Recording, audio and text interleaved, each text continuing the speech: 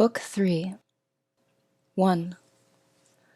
Man must consider, not only that each day part of his life is spent, and that less and less remains to him, but also that, even if he live longer, it is very uncertain whether his intelligence will suffice as heretofore for the understanding of his affairs, and for grasping that knowledge which aims at comprehending things human and divine. When dotage begins, breath, nourishment, fancy, impulse, and so forth will not fail him. But self-command, accurate appreciation of duty, power to scrutinize what strikes his senses, or even to decide whether he should take his departure, all powers, indeed, which demand a well-trained understanding, must be extinguished in him. Let him be up and doing then, not only because death comes nearer every day, but because understanding and intelligence often leave us before we die. 2. Observe what grace and charm appear even in the accidents that accompany nature's work. Thus some parts of a loaf crack and burst in the baking, and this cracking, though in a manner contrary to the design of the baker, looks well and invites the appetite.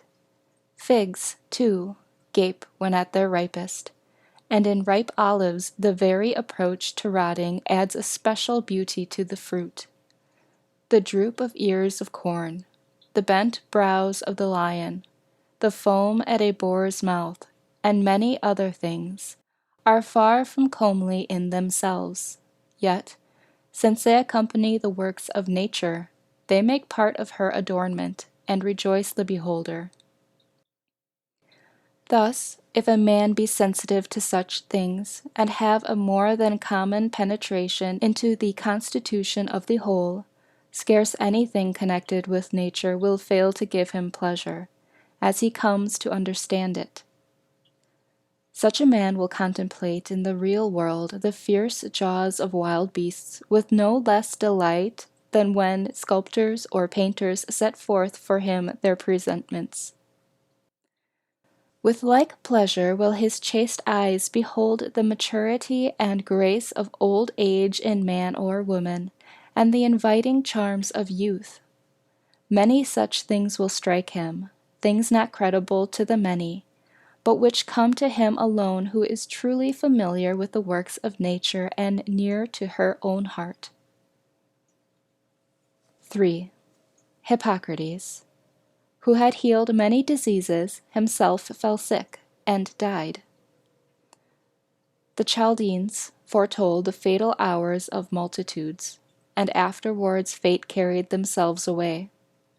Alexander, Pompey, and Gaius Caesar, who so often razed whole cities and cut off in battle so many myriads of horse and foot, at last departed from this life themselves. Heraclitus, after his many speculations on the conflagration of the world, died, swollen with water and plastered with cow dung. Vermin destroyed Democritus. Socrates was killed by vermin of another sort. What of all this?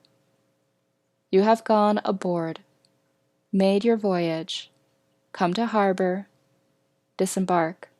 If into another life, there will God be also.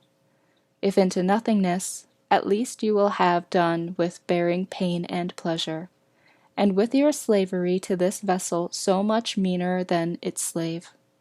For the soul is intelligence and deity, the body dust and corruption. 7. Never esteem aught of advantage which will oblige you to break your faith, or to desert your honor, to hate, to suspect, or to execrate any man, to play a part, or to set your mind on anything that needs to be hidden by wall or curtain. He who to all things prefers the soul, the divinity within him, and the sacred cult of its virtues, makes no tragic groan or gesture. He needs neither solitude nor a crowd of spectators, and, best of all, He will live neither seeking nor shunning death. Whether the soul shall use its surrounding body for a larger or shorter space is to him indifferent. Were he to depart this moment, he would go as readily as he would do any other seemly and proper action, holding one thing only in lifelong avoidance: to find his soul in any case unbefitting an intelligent social being. 8. In the soul of the chastened and purified man who would find nothing putrid, foul, or festering, fate does not cut off his life before its proper end, as one would say of an actor who left the stage before his part was ended, or he had reached his appointed exit.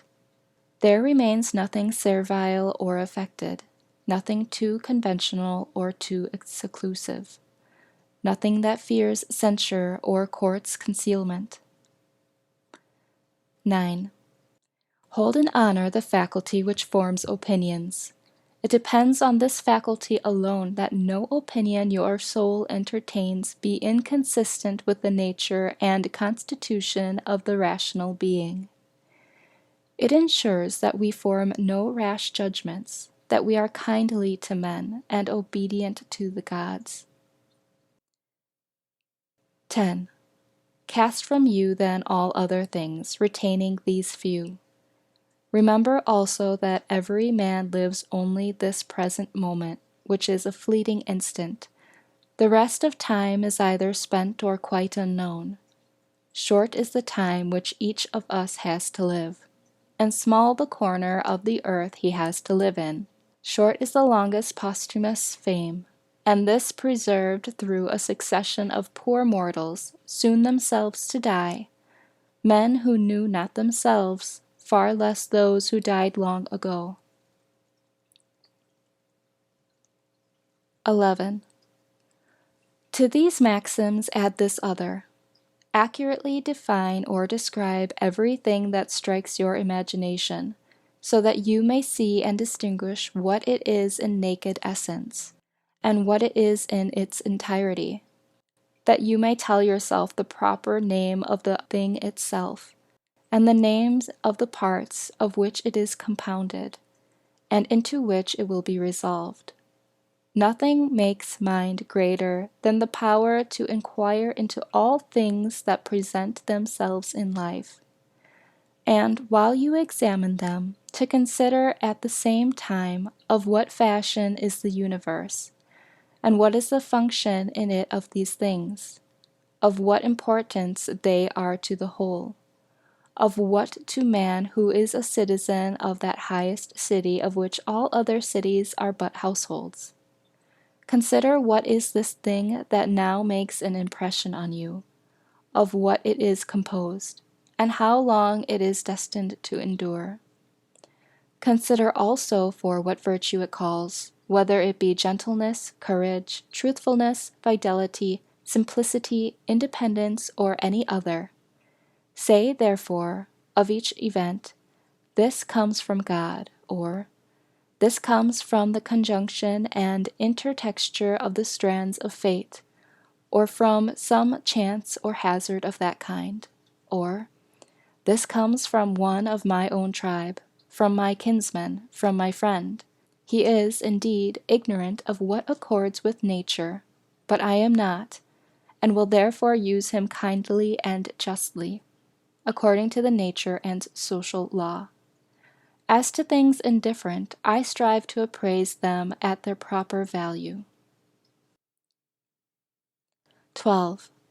If you discharge your present duty with firm and zealous, yet kindly, observance of the laws of reason, if you regard no bygains, but keep pure within you your immortal part, as if obliged to restore it at once to him who gave it, if you hold to this with no further desires or aversions, and be content with the natural discharge of your present task, and with the heroic sincerity of all you say or utter, you will live well, and herein no man can hinder you. 13. As surgeons have ever their knives and instruments at hand for the sudden emergencies of their art, so do you keep ready the principles requisite for understanding things divine and human, and for doing all things, even the least important, and the remembrance of the bond between the two. For in neglecting this, you will scant your duty both to gods and men. 14. Cease your wandering, for you are not like to read again your own memoirs, or the deeds of the ancient Greeks and Romans, or those collections from the writings of others that you laid up for your old age. Hasten then to your proper end. Fling away vain hopes, and, if you have any care for yourself, fly to your own succor while yet you may. 15. Men understand not all that is signified by the words to steal, to sow, to buy, to rest, to see what is to be done. For it is not the bodily eye, but another sort of sight that must discern these things. 16. We have body, soul, and intelligence. To the body belongs the senses, to the soul the passions, to the intelligence principles. To be affected by the imagery of sense belongs to the beasts of the field no less than to us. To be swayed by gusts of passion is common to us with the wild beasts, with the most effeminate wretches, with Nero and with Phalaris. Moreover, the passion of a mind to guide us to what seems fitting is shared by us, with atheists, with traitors to their country, and with such as shut their doors and sin. If, then, all the rest is common, as we have seen, there remains to the good man this special excellence, to welcome with pleasure all that happens or is ordained, not to defile the divinity enthroned in his breast, not to perturb it with a crowd of images, but to preserve it in tranquillity, and obey it as a god, to observe truth in all he says, and justice in his every action. And, though others may not believe that he lives thus in simplicity, modesty, and contentment, he neither takes his unbelief amiss from any one, nor quits the road which leads to the true end of life, at which he ought to arrive pure, calm, ready to take his departure, and accommodate without compulsion to his fate. End of the third book.